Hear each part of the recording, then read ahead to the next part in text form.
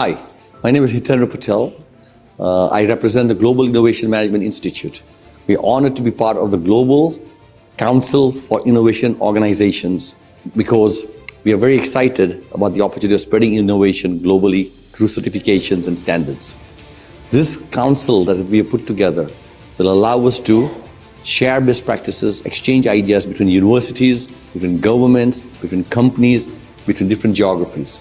It is the exchange of these ideas and this ecosystem that we are building that will help us close the gap and democratize innovation everywhere and improve the quality of life of every human on this planet.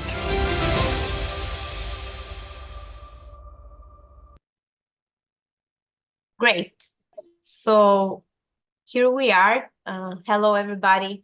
We are today for the webinar that we every month regarding GCIO, the Global Council for Innovative Organization, which is a network of organizations that drives innovation leadership in cities and organizations around the world. It's co-funded by the Dubai Government Excellence Program and the Global Innovation Management Institute.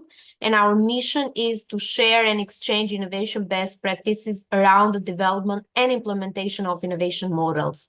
Saying that every month we do a webinar where we invite distinguished speakers from around the world to talk about different innovation frameworks or innovation models and share a little bit of knowledge and insights. How do these models work and why innovation management frameworks are important to generate results. So we are very happy and glad to have Dr. Soo Beng, the co-founder and director of PMO Innovation in Malaysia.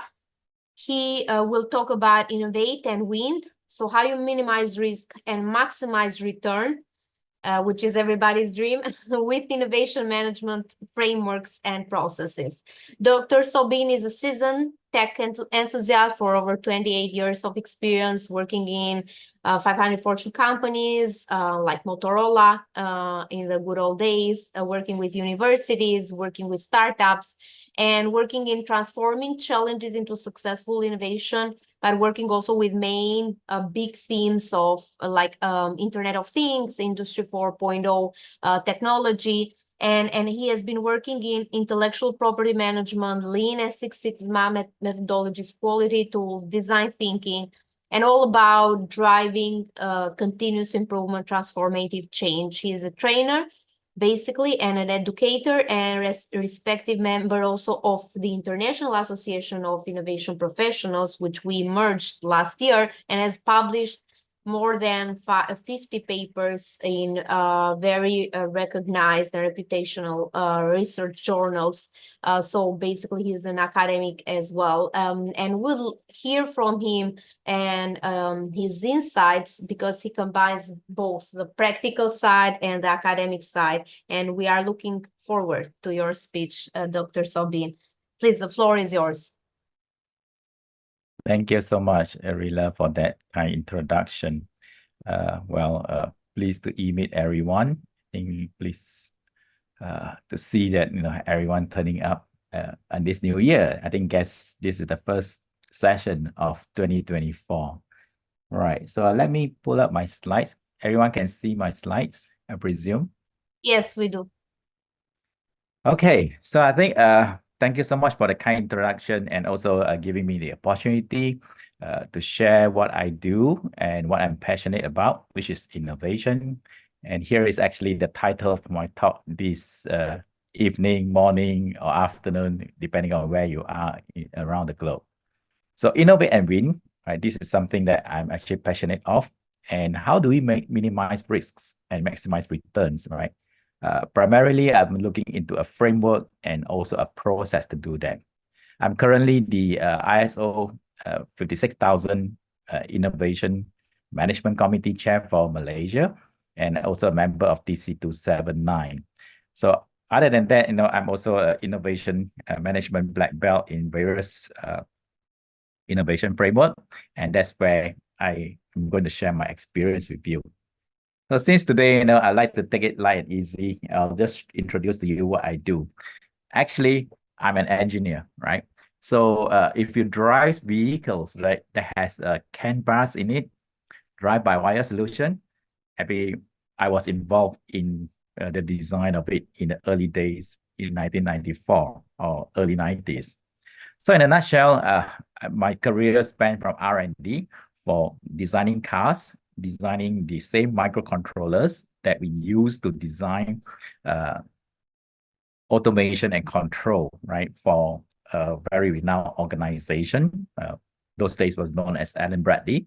Today is known as Rockwell Automation, staying true to all this disruption because company is actually getting shorter and shorter in terms of their lifespan, right? So along the lines, I know I'm also very good in this designing systems, right, and process and product development, and continue to move from there until I graduated to working across organization as consultant, trainer, and coach to impart my knowledge to the wider audience so that more people can benefit from it, because innovation is very important. More than 50% of the world GDP is driven by innovation. So at this moment, I'm focusing on automotive, digital health, medtech, electronics and semiconductor, and more importantly, sustainability and net zero. So this is what a brief nutshell about what I do. And in fact, this is where I am, right? An engineer by profession, but who actually work on innovation area. And that's the reason why any organization or most of the organization, I use the word Fortune 500 companies, right, to just remain anonymous. And this is how they actually use a process and framework behind to minimize the risks involved, right?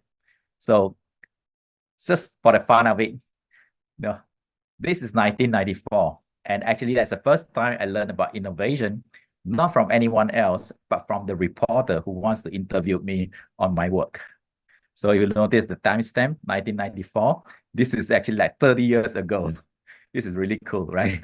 So that's where I designed. If you drive Jaguar, Range Rover, well, it has elements of those signature, because those were the days where we are contemplating between Ken Van J1850, Mil Standard 1553, which standards to go for, and that's why we decided on that. So that's where they have a process to it, and you can see the prototype vehicle is very intake, right? And it fetches a good market now if you were to drive it. So it's the same microcontrollers, CAN bus. The reason I'm actually sharing with you on this, because I personally went through this process myself, right? I'm very good in CAN bus designing for controller area network, which means that in those days, for those of you who knows about internet and computer networks, those were the days where Ethernet, you need to have full computer to do that, right? Rather than at the microcontroller level. Because of that, CAN bus, vehicle networking, using a microcontrollers, we are using it for factory automation and control as well. And today, guess what? The name that everyone is familiar with is called Internet of Things. So those were the fundamentals. And to me, IoT is not new. IoT is something that has been there for ages. And that's the reason why when I was driving the IoT Internet of Things, it's kind of like, deja vu again, right? Going back to basic. And IoT can be used in many, many different directions, inclusive of AI-enabled stethoscopes, which we are here today. So based on this background, right, an experience that I went through, and that's the reason why I'm sharing this, because of those Fortune 500 companies that I work with, or Fortune 100, whichever that you name it, they have a system, they have a process, they have a framework behind, right? Because that's where innovation is not that easy to achieve the outcome, and it's a very high risk game. So perhaps, if I may take some time to pick your brain here, right? Would you please name an innovative organization that you are admiring or you admire? To do that, I think that the easiest way is for me to use this. Let me use this for you. I'll just pull out the Mentimeter. So if you can scan the QR code, and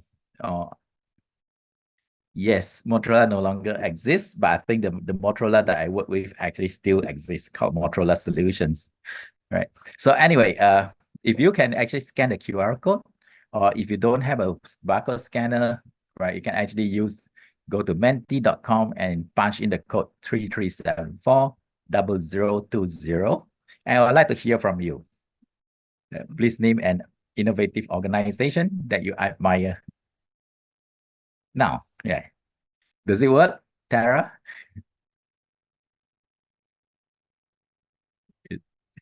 Right. Lululemon, right? Lululemon. Right. So I think well, we can see how technology works, right? This again, welcome to the 21st century where we don't have border anymore. Sony, Lululemon. All right. I think that's something that I have to learn. I see some familiar faces as well. I think Tariq is here, right? Tendra is here. Apple, Nvidia. Wow. Yep, Sony. And I think if you are done with this barcode, I can actually put Tesla. Yes, yeah. And Apple, Sony, Tesla. So I think as you may notice, right, a lot of these multinationals, they are very innovative. And most of the time, like Google, Amazon, right, Microsoft.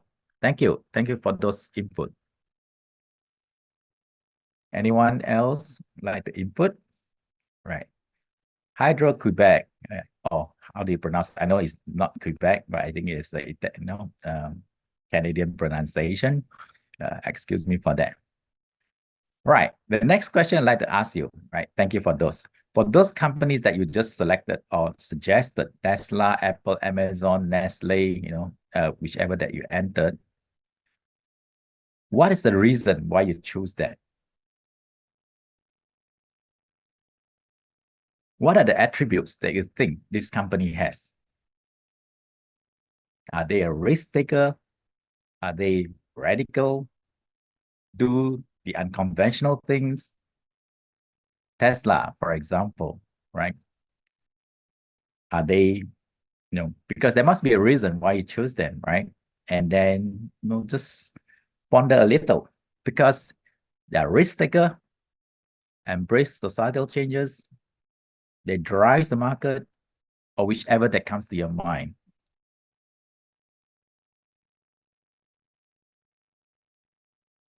Or you need the barcode, right? If you don't have the barcode, I think you just have to go to menti.com and use this code 33740020. Tara, okay, I can see that there's some on the chat window. Going beyond customer requirements and taking risks, right?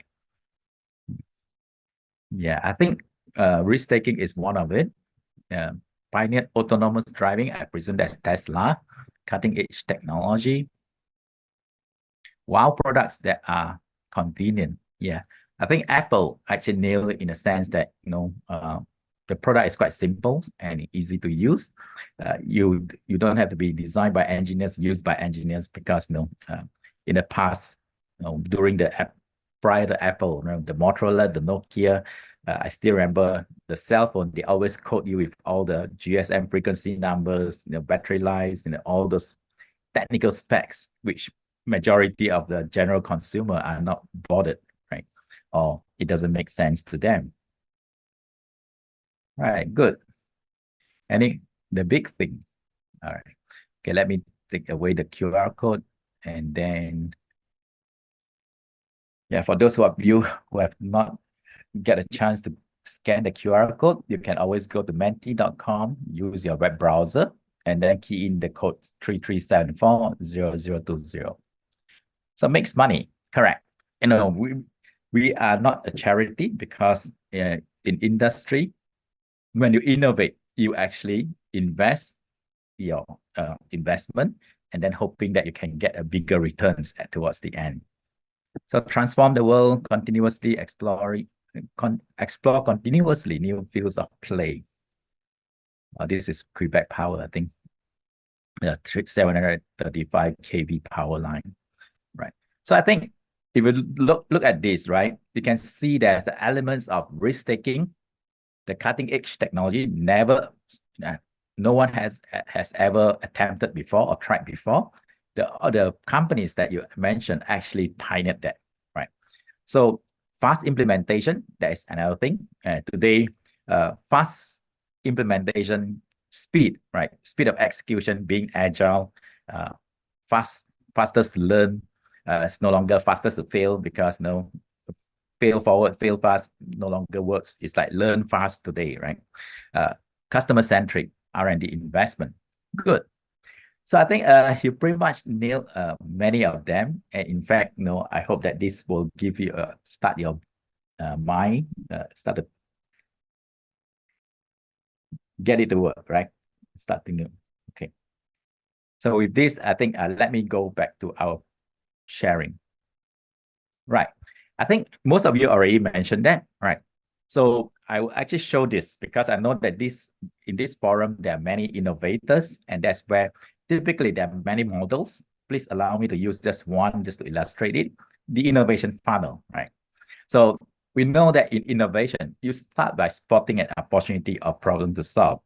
Apple, I still remember when the late Steve Jobs launched the first iPhone 3G, he said that while Nokia and Motorola listen to the customer, give you more keys on the smartphone, full QWERTY keypads on the small little smartphone, Apple only give you one, which is the home key, right? So they dare to go in a different direction. When that's where sometimes you hear the word, listen to the customer sometimes may not lead you to a better place, right? Rather than doing that, I think Apple goes the other direction. They tell the customer what they need instead. So you identify an opportunity, a problem to solve. That's the first step. Then we know that in innovation, no matter how big your organization is, you can be a multinational of 150,000 employees, right? You need knowledge, talent, the people. The people makes things work, right? Now, when it comes to people, obviously creativity, the competency, the mindset of the people has to be there. So one of the difficulty is actually how do you align your 100,000 strong employees or your workforce to march in the same direction, to have alignment. So this is something that is not that easy to do. Most of the time in the boardroom, if the C-suite were talking about it, the first level get it, the second level get it. After that, the rest of the level may not even get it at all, right? So the competency is a must. The creative approach is a must. And this is where many organizations encourage creative pursuit for their employees. And first and foremost, the personnel, the people must have the growth mindset, a mindset to, an example, some people may have the mindset like, if it's not broken, don't fix it. But you kick that habit away, and then, there's always a better way of doing things, right? So that's first thing. The second one, right, is actually you need to be aware of the emerging trends. I know I'm simplifying things. I'm only simplifying it for 4 buckets, right, for the sake of discussion. So emerging trends, it can be like if the combustion vehicles in Europe is going to be phased out by 2030, and then you need to go through zero emission vehicles. I mean, currently it's hydrogen and electric. So you need to know the trend, right? So that you can innovate at the right sweet spot. Then domain insight. If you want to innovate something for the medical doctors, do you know how the medical doctors work? Without domain insight, it's just a wishful thinking. It's just an idea, a puff of hot air, right? And last but not least, you need technology, because a lot of time technology brings us to a different plateau. When it comes to technology, there's a technology roadmap that you have to be able to spot, because too early in the game, the technology may not be stable, right? Too late in the game, you actually play a catch-up game, right? So this is something that, in fact, automotive actually was very, very advanced in the 60s and 70s. They have all sorts of controls, all sorts of microcontrollers they injected into the vehicles. But because during that time, the semiconductor wasn't so reliable, so they are plagued with a lot of quality issues. Therefore, it doesn't work, right? So there's a lot of combination. You have to align all the stars together. Now, once you have this, remember we started out with the opportunities and the problem to solve. Then we have this innovation, right? This pathway, right? Concept ideas, and there's a lot of ideas that goes along, cross-fertilizing of each other's ideas from those all the way until you get your innovation at the end. Sounds simple, right? But I think the reality is when you were to do this, everything that we do, I'm sure that many of you will say, oh, let's do design thinking, right? Let's do innovation challenges, right? Do a research collaboration with universities and run hackathons. These are all the activities that you do. Innovation workshop, maybe you use some open innovation approach. And you can see, I'm sure that many of you can tell that there's a lot of activities that a company has to do. Imagine you were the CEO of 100,000 employees. You want to innovate, and then you start to do all these activities. And worse still, you need to do this all under the radar or radar, right? Depending on which part of the world you're from. Because in innovation, it's a competitive pursuit, right? You don't want your neighbors to know what you're working on, because that's where you do competitive benchmarking, you do the reverse engineering, just to know how your competitors are doing, right? So this is where, if you do it right, and then still keep your lip, still able to pull it through under the radar, then you have the innovation, the latest computer that you launch, the smartwatch, the latest drugs that you launch, computer, or latest airplane or car, right? So that's how the innovation comes about. Now, because of all these things, everything that we do, I'm sure a lot of times you need to know where everything fits as well. Because, for example, design thinking, you can follow design thinking, but design thinking, the outcome is actually what? A prototype. It stops as prototype for you. So what do? You can't ship a prototype. You have to ship something, right? So this is where you can see that it's all about investment. Your company actually, or the organization, invest time, money, talent, and resources to do all these activities. I'm sure it's great, right? If I do the ethnography studies, we always go and visit customer, right? Observing it. But how does this idea being really executed along the pipeline into a successful launch, right? So hopefully, because your prototype, you can't sell prototype, you have to sell the actual products. If like someone mentioned Apple, if you want to launch Apple smartwatch or whatever, it's not that prototype that you launch. You want to sell the 1,000,000 units. You need to scale for market success, right? So this is where you get your money back. You invest, and then you start to scale for success. But sometimes, despite what you have done, you also end up with failures, right? An example, how many of you visit medical doctors to do medical checkup, right? I'm sure many of you done that, right? Executive screening and so on.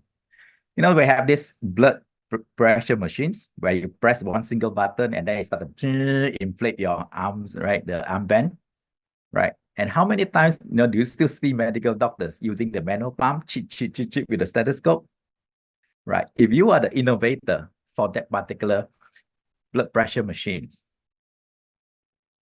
guess how long has that automated blood pressure machines has been introduced into the market? Anyone? You can type onto the chat window. 20 years. Well, very good. Yeah, more than 20 years, in fact. So imagine you launch it during here 20 years ago. Today, there's still medical practitioners don't like to use it.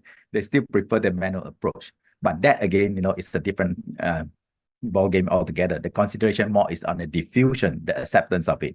So despite you can have the latest, like now you notice that there's actually a unicycle or motorcycle, the motorcycle that has only one wheel, right? It's there. It's know that it has a gyroscope, everything, but the acceptance of the authority, the regulators, is still not there. So you don't have a market, right? That's where you can't launch for market success. Having said so, these are the things that we have to go through, right?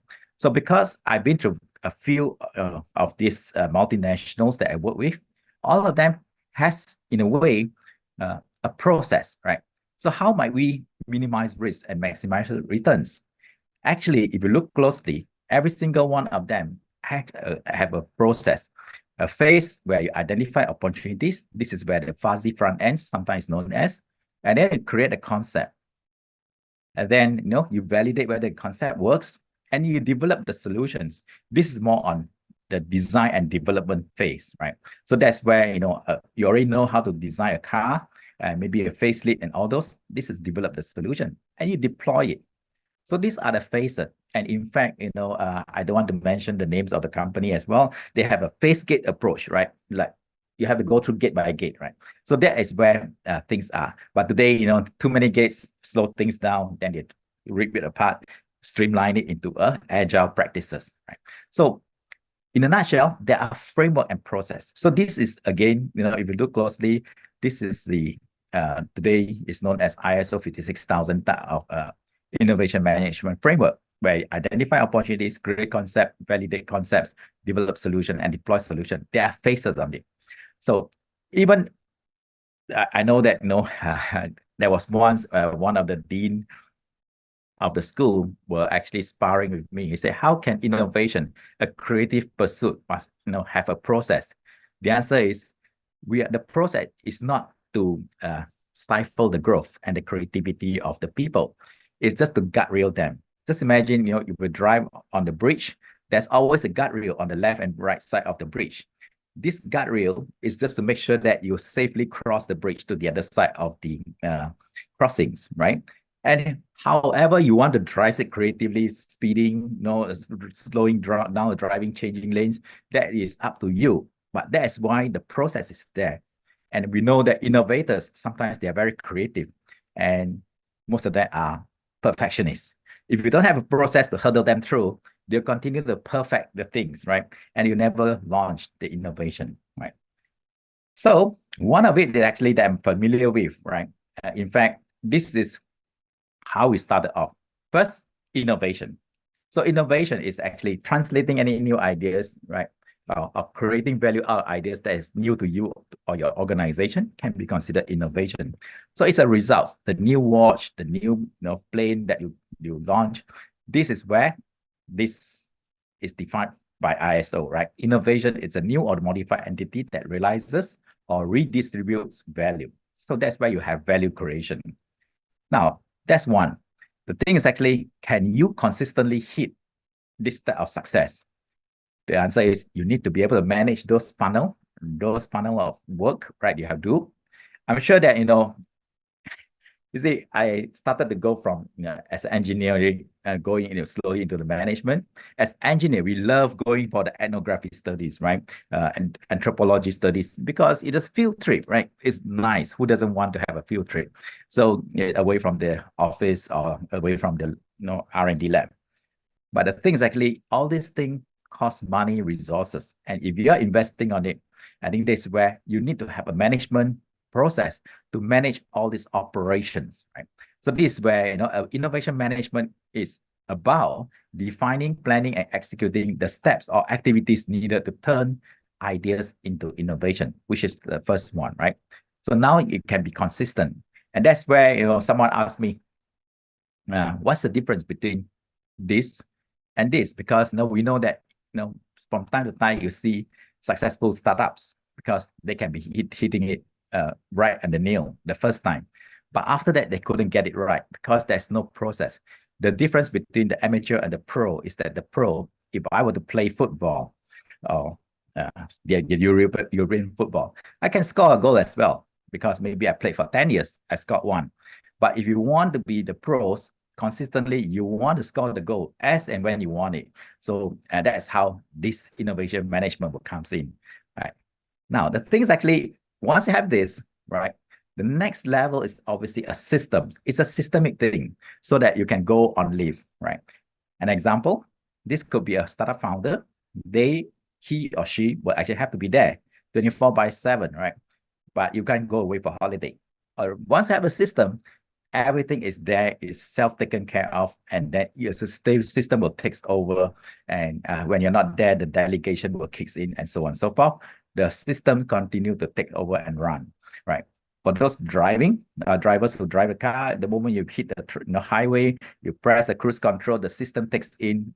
That's it. You don't have to bother and watch the speed limit anymore because the car does the job for you. Now, an example of innovation management systems are something like, many of you already know that the ISO 56000 series is there. And for me, I also know another one called Innovation 360 framework, right? So here is how the framework works. A framework, an example, here's a typical framework. It has a strategic questions. Are you innovating for profitability, or are you innovating for market growth, right? Then know what kind of innovation strategy you want to deploy, incremental or radical, or you want to have a strategy that goes along need seeker, market reader, or technology driven. Some companies are very technology driven, right?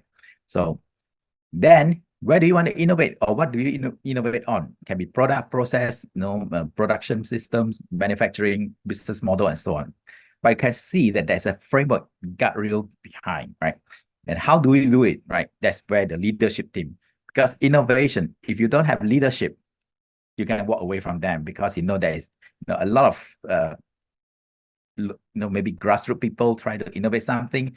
It's not going to cut it and drive it on an organization level. So in this framework, I think there's only 66 capabilities that you map into the innovation aspect, the innovation personas, the 10 phases of innovation, and then where are they, right? The process from the ideation to the project selection of the innovation projects to the development of it and commercialization.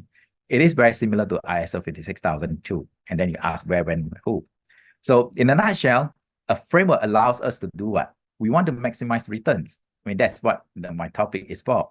So when you have a framework, you have a clear alignment to the strategy and focus of the organization.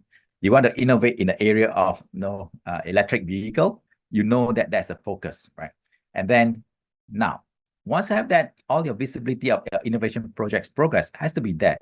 Project management, right? Project or program management is very important. This allows us to identify the risks upfront, mitigate it, because in innovation, you do it for the first time, you don't know what you don't know, and that's where agile becomes very important in this, in today's environment, speed, right? And obviously, because we know that, see the squiggle that I drew on the funnel, we need to order the chaos with a systemic approach, right? So it's not to stifle the creativity, but it's more on ordering the chaos so that we can have a sustainable and repeatable results. And last but not least, if you notice all this framework, they are industry or market vertical agnostic, which means that you can be on agriculture, you can innovate on these high-tech industries. Doesn't matter which market vertical are you in. So that's one of the framework.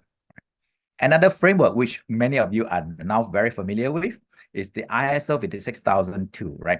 In fact, the develop solutions and deploy solutions, this is something that many organizations are doing today. If you are in business, you're still profitable, chances are you did this very well, right?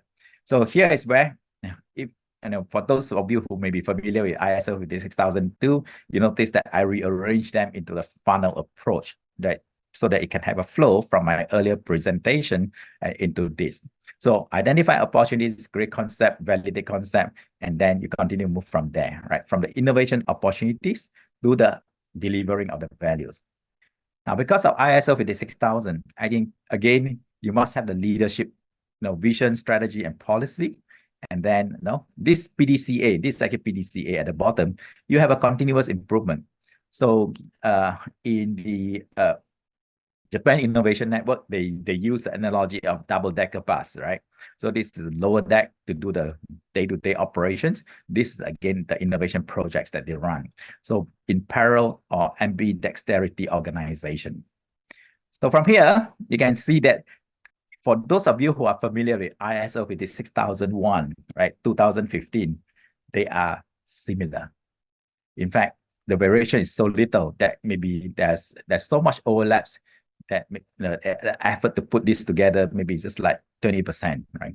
So again, this, what you're looking at here is ISO 56002, Innovation Management Systems, which is a framework for those organizations who may not have expertise or the experience in innovation. Because those Fortune 500 companies, they are there, that's how Google does this. That's how Tesla does it. They have a process, they have a framework. It's all in place, right? So in a way, they're also very good in demarcate, it's like craft out the job scope of individuals so that no one can see everything, right? Except the higher level people. And you are actually very focused on your niche area, but you don't really you don't really see the big picture. And that's one way of maintaining the intellectual properties, right? So from here, I hope this is useful. And this is where the, you see, one of the things that I realized working for multinationals, the Fortune 500 companies and all those, they have a system framework in place. But what if you are a newcomer, the new kid on the block who wants to innovate? Where do you get all the resources? How do you learn the ropes? And this is where an instant comprehensive guide for innovation management, ta-da, for you. And it's in the public domain, right? In the public domain means that, anyone who can get their hands on and buy the innovation management standards is there. To a certain degree, it's so comprehensive that they even give you the template on how do you do partnership management, the NDA template, right? All these things are there for you. And that's where, sometimes you may notice this is the main, which is 56,002. And this is, you can see the familiar things as well. Identify opportunities, great concept, and all those. Then you have the measurement. How do you measure it? How do you manage the ideas? How do you manage the intellectual properties, the patents, the copyright, and all those, right? And because innovation, like what I shared with you earlier in the earlier slides, you want to do all these activities under the radar or under the radar because it's your competitive advantage, right? Is a certification most pursued by public? Okay, the answer is if you are already the Fortune 500 companies, frankly speaking, you already have a systems, you already have a standards. Because frankly speaking, what we do is we want to use a framework and the systems to maximize return and minimize risks. So you've already done that. The thing is actually most Fortune 500 companies and all those, they may not necessarily need this. However, if you're an organization who are new to this can be your instant gateway to how innovation game is played. So this is perhaps the certification, right, which is going to be released in May 2024 this year, may be more attractive to organization. Either you want to comply to a certain compliance or you want to elevate your organization into a different tier, right? And you see the value of certification, then you go for it. For me personally, I will always, emphasize on why are we doing this? We are doing this because we want to maximize our return on investment in innovation. We want to create value, and you go for that because that is already a value, return to your organization. Whether you want to certify or not, that's entirely up to you. And in fact, to do that is not that difficult because ISO today, they are very smart as well. They have the ISO integrated management systems where you can combine like ISO 9001, 45,001, I think 14,001. It's all integrated into one. And then you can get yourself certified in one go. All right. So in a nutshell, good question here I think, Henry. So right now, who can benefit from this innovation management system? Frankly speaking, innovation management system per se, all of them, whether it's startup, SME, MNCs, universities, public services, I think with the exception of startups. Startups sometimes, it's just single founder initially during the angel, pre-seed, and seed, right? Maybe when they go into series A, B, or C, and then they may think of the systems because otherwise you cannot scale. So all the four boxes, they are, you can use that because it's a recipe, right? And now it used to be a secret recipe for all these multinationals. Today, it's an open source, right? A public domain. Now, if you ask that, the next level question is, who can benefit from ISO 56000? Then that is a different story because perhaps MNCs, if Tesla is already there, they already have the innovation management systems in place. Google already have. They may not need it unless there's a certain organization or certain countries that say that you must have this.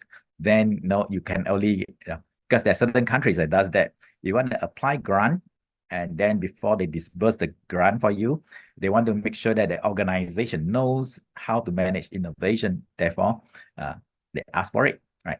Other than that, things may not be needed. But I think the benefit of using innovation management system, the framework, the process to realize value, that is key, right?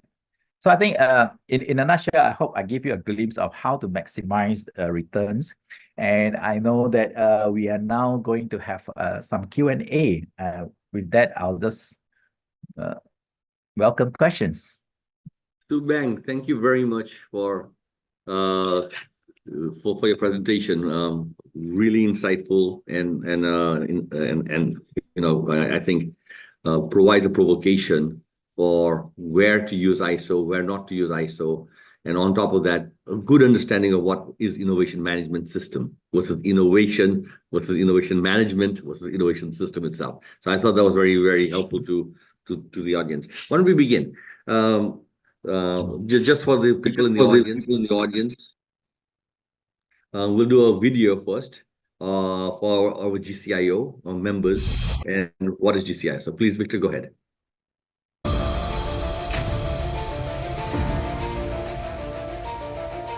المجلس العالمي للمؤسسات المبتكرة مجلس فريد من نوعه يمثل مؤسسات عالمية من مختلف قارات العالم. هذه المؤسسات مختصة بالابتكار وبدعم الابتكار وبتعزيز ثقافة الابتكار في المؤسسات وفي الجهات الموجودة في مختلف هذه الدول.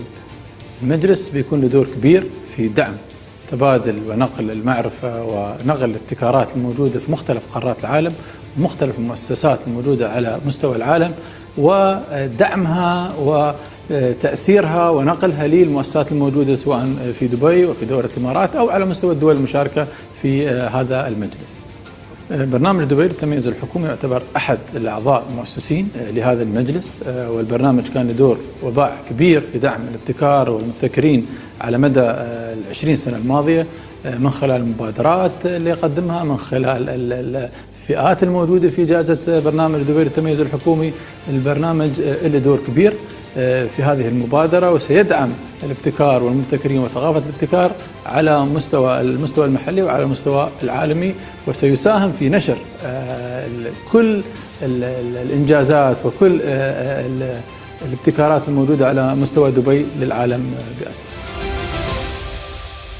Excellent. So that was from our sponsor and our organization, the Global Council for Innovative Organizations. And we had a great speaker, Soo Beng, today speak about the importance of not innovation and not innovation management, but actually about having an innovation management system to actually drive sustainable pipeline of innovations one after another and making your organization competitive, whether you want to be a pathfinder or you want to be a fast follower, or whether you want to do incremental or you want to do breakthrough, and all that in a nutshell, he pulls it together very nicely. Soo Beng and I used to work together at Motorola, and we are very proud of that heritage because that was, as Soo Beng said very clearly, the trade secrets of what innovation was and how it was done was already developed in those big companies, and it's now slowly being shared to everybody in the world.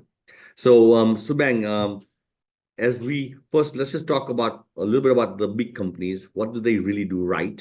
And then we go to the other institutions where we want to take standardized innovation management. When you looked at the Googles and the Motorolas and all those, what were the things that you saw in the leadership that made sure innovation was happening? What were they? How did they act as leaders? How did they think as leaders? What kept them awake at night? What was the fear that said this was an important strategic imperative and not just like something which is a flavor of the month, but a system they built, like quality, a system for operations, a system for marketing. They said we needed a system for innovation management. What was it that they were fearful of, worried about? And therefore they said this was strategically one of the most important things the company needed. Yeah, I think thank you for that question. In fact, in any innovation pursuit, right, the leadership plays a very important and pivotal role. Without the leadership's commitment and passion, right, and support, there's no innovation at all, right? That's how it works. So how do they minimize this? In fact, there's another layer which you don't see it, right? Because innovation requires resources. It's always easy to say, I will innovate here, there, everywhere. But where did you get the money? Where did you get all this investment? So most of the time, people will start to do a few things, right? First is always becomes more efficient, right? Like 10 people do the job, make it more lean, more efficient, then 7 people does the job. You free up the 3 resources, right? Then you work on the future horizon. And that's where the horizon thinking, horizon 1, horizon 2, horizon 3. So in addition to the innovation management framework and the process that I shared with you to de-risk, because in fact, in any innovation pursuit, just like you can imagine this to be yourself.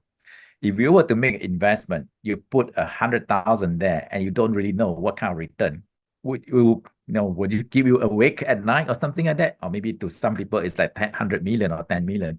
The answer is yes, you will, because you don't know what the outcome is, right? So the only way to do it is because once you have the innovation management systems, there's a visibility, there's a reporting, there's a common language among all the organization, because leadership set the direction, right? When they translate to the management role, management will start to execute.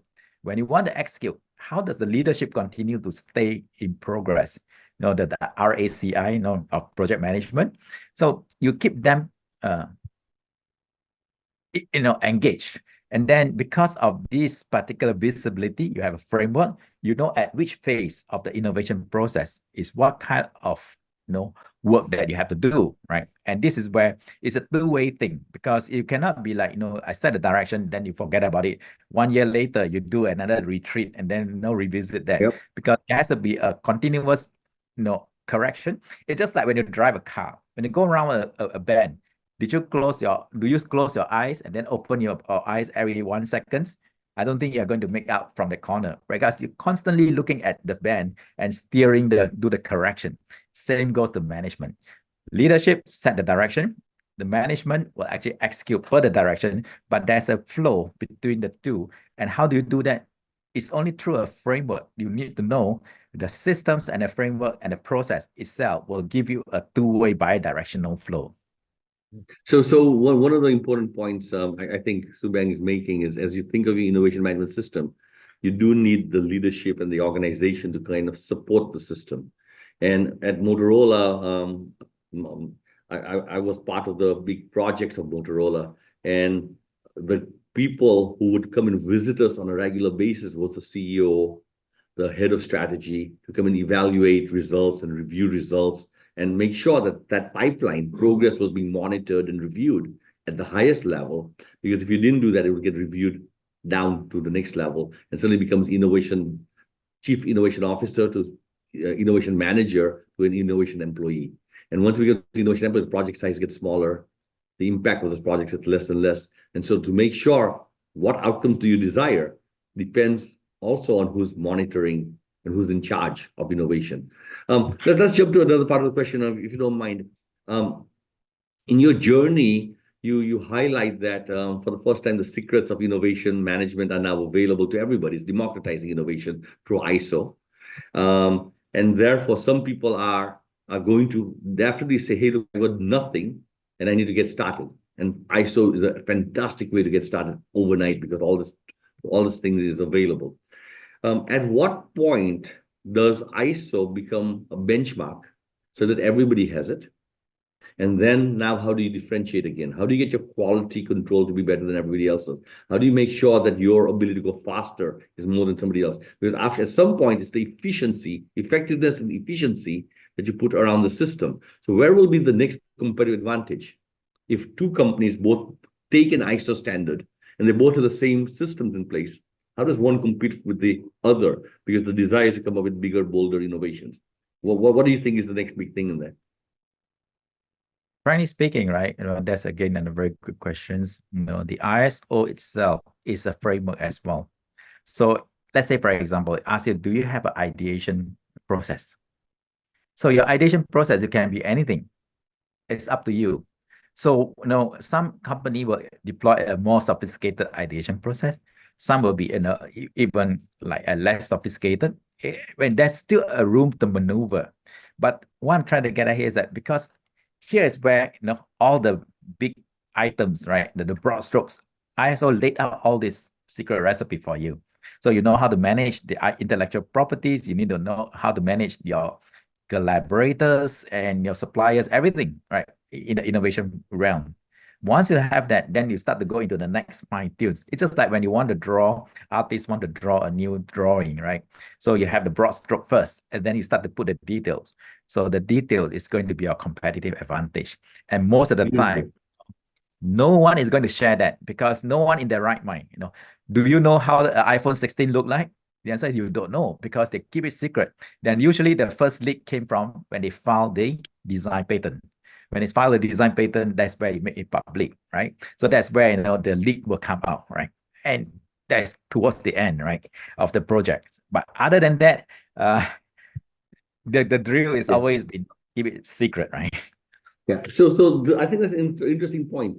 What we are doing through ISO is now making available what are the big blocks of what are the elements of innovation and how they kind of fit together. But within each of those blocks are opportunities for competitive advantage, differentiation, whether you got a better ideation technique or a better technique to manage the projects or a better approach to doing IP management or collaboration or partnering. And so those things are still all out there. So this is not a commoditization of innovation management systems. It really is now giving people where to laser focus what's going to give your company a chance to be better, faster, quicker, to do what you need to do. So this, again, is a great gift that ISO has put together.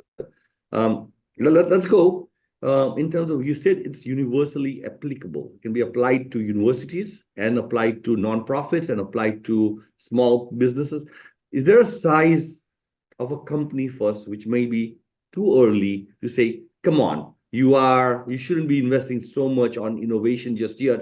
Go capture the product value of your startup and the market value, and you don't have enough resources really to manage these things as a system until you get to a certain size where you might be able to dedicate time in your staff meetings or allocate people specifically to innovation itself. Is there a size limit that you have observed or you think, or your guidance, your experience?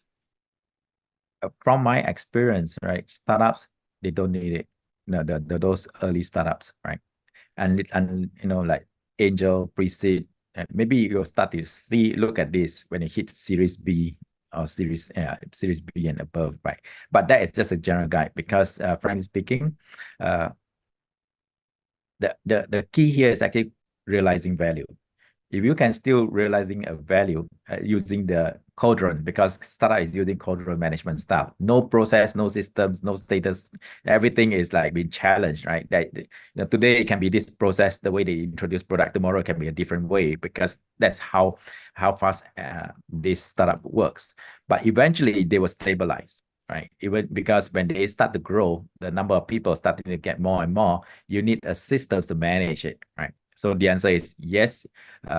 You may not need it initially. That's the reason why earlier on in my presentation, the first block is like, in terms of innovation management, they can actually benefit from that because there's nothing wrong by reading a Bible or a book, a reference book, right? Whereby it tells you everything. They can learn from that to realize value. But whether they want to get themselves certified or not, that is a preference questions, right? But I think there's one here by, I think, Adrian, right, about the 56,002 is compliant with the British standards. Yeah, the answer is I think most countries actually does that. In Malaysia, we actually have MS ISO 56,002, right? So that's where we have already localized into that. Sorry, yeah, go ahead. Soo Beng, ISO 56,000 is late to the game on the journey of innovation in general. I mean, it's finally here, great. But over the last 20 years, many organizations created their own frameworks and they created their own standards. So even our partner in the Global Council for Innovative Organizations, the DGEP, has got their own framework for how government entities are supposed to organize their innovation. They do an audit of it, and every entity then tries to improve against that audit of the framework they created. And so the question here is, what is your hope or your hypothesis is, will there be multiple frameworks? Because there are lots of frameworks in the world today from different professional entities, including Jimmy, DGP, and others, and they are driving standards in their own ecosystems. right? And so in here, will we see them all merging into one, or will they kind of keep on differentiating? Because the challenge with innovation remains the same. Clayton Christensen, my way is better. Larry Keeley at Dublin will say, my way is better. If you look at Michael Porter, he'll say, my way is better. If you look at Ron Jonash, he'll say, my way is better, how to do it better and all that. And there's so many frameworks out there because it took so many years for a standard to come out. So will the standard be the dominant player, or will they all come together and merge into one over time? All right. I think I'll let the market forces dictate that, right? So Yeah. what I want to say is actually one thing, because if you approach the ISO 56000 from the quality and the audit perspective, it's not really desirable, because frankly speaking, I would rather approach it from the value creation perspective. There you go. Because Yeah. I've seen this in my circle as well, because the moment talking about ISO and those ISO 9000 people, those people that have a lot of audit background, they'll come and do what you write what you do, right? That's what ISO is. And that's not the way to use a 56002, right? And the 56000 series. I think that one I have to caution it. But my way better, your way better, I think I'll let the market forces dictate that, because frankly speaking, it's the same goes to banks, right? There are so many banks around. Which banks do you prefer, right? It's whichever that give you value. So from the standard perspective, we need to really give a value, right? And that's what I'm going to say, right? Because other than that, we cannot dictate this is better, that is better, because the people are smart. They will be able to spot which actually makes sense and which is not, right? So I'll let the market forces dictate. That's what I will do, right? So guys, we are approaching 10 o'clock. We're coming to an end of this presentation. Our speaker today was Soo Beng Khoh. He's a PhD engineer. He's an entrepreneur, innovator. He has done it himself. He has done it in companies, and has been teaching it to corporations around the world and in Southeast Asia, as well as in Australia and other places.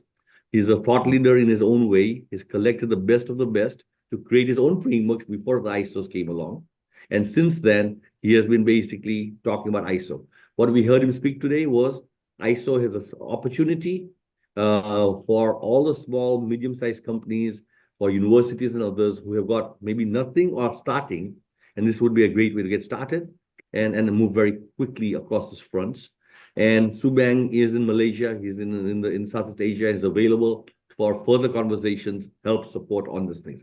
Everywhere in the world, think about where ISO 56000 is coming, see how it fits within your agenda, and see how this framework can accelerate innovation.